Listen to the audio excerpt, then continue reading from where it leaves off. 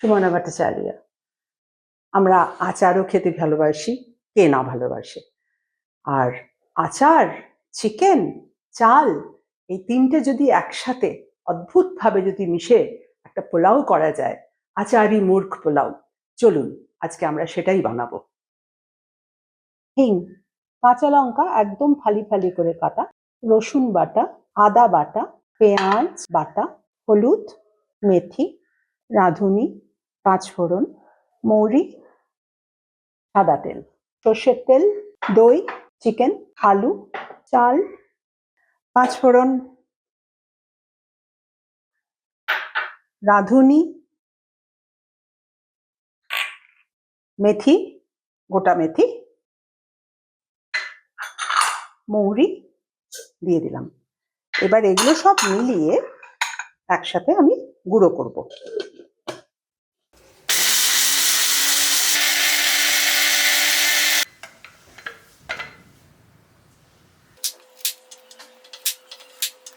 প্রতিটি আলু 3 টুকরো করে কেটে নিলাম।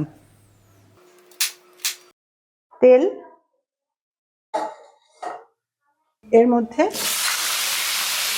নুন মাখানো আলু দিয়ে দিলাম। ভাজতে হবে গোল্ডেন ব্রাউন হওয়া অবধি। এবার এটা প্রায় হয়ে এসছে, আর একটু 8 সেকেন্ড রেখে আমি এবার উঠিয়ে দেবো এটা। দই, এটা ভালো করে ফেটিয়ে নিচ্ছি আমি, যেন কোনো ফিচ না থাকে। এটা আমার হবে চিকেনে কিছুটা দেব, আর কিছুটা দেবো চালে। একটু নুন দিয়ে দিলাম, আর আরেকটু দই এর মধ্যে দিতে হবে, আমি আরেকটু দই দিয়ে দিচ্ছি। এরপরে এর মধ্যে পড়ছে পেঁয়াজ বাটা, আদা বাটা এবং রসুন বাটা, আর একটু তেল দিয়ে দিলাম। চিকেনটা যখন ভাজবো তখন একটু এই ম্যারিনেড থেকে একটু চিপড়ে চিপড়ে ভাজবো, পুরোটা আমি ওটা বাকিটা রেখে দিচ্ছি।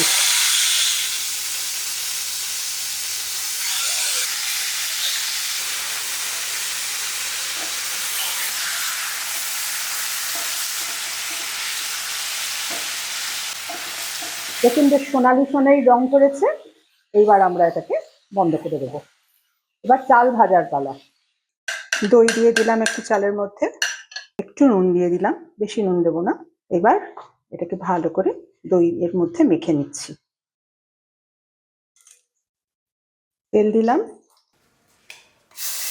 এর মধ্যে এবার চালটা ভাজবো।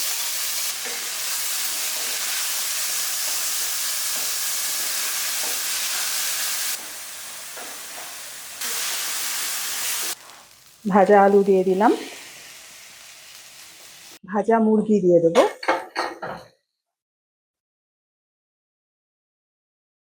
মুরগি ভাজার যে অবশিষ্ট যা তেল আছে সবটা দিয়ে দিলাম। এবার এর মধ্যে আমি 1 কাপ চাল দিয়েছি, এবার 2 কাপ জল দেব। আমি এই কাপে চাল নিয়েছিলাম, একই কাপে আমি মুরগির ম্যারিনেডটা দিয়ে দিলাম। এবার এটা যতটা আছে এর মধ্যে বাকিটা আমি একটু জল দিয়ে দেবো, তাহলে 1 কাপ হয়ে যাবে। এবার এর মধ্যে কিন্তু আর 1 কাপ জল দিতে হবে আমাকে। আর 1 কাপ জল দিয়ে দিলাম। ভালো করে মশলাটা মিশিয়ে দেবেন ভালো করে।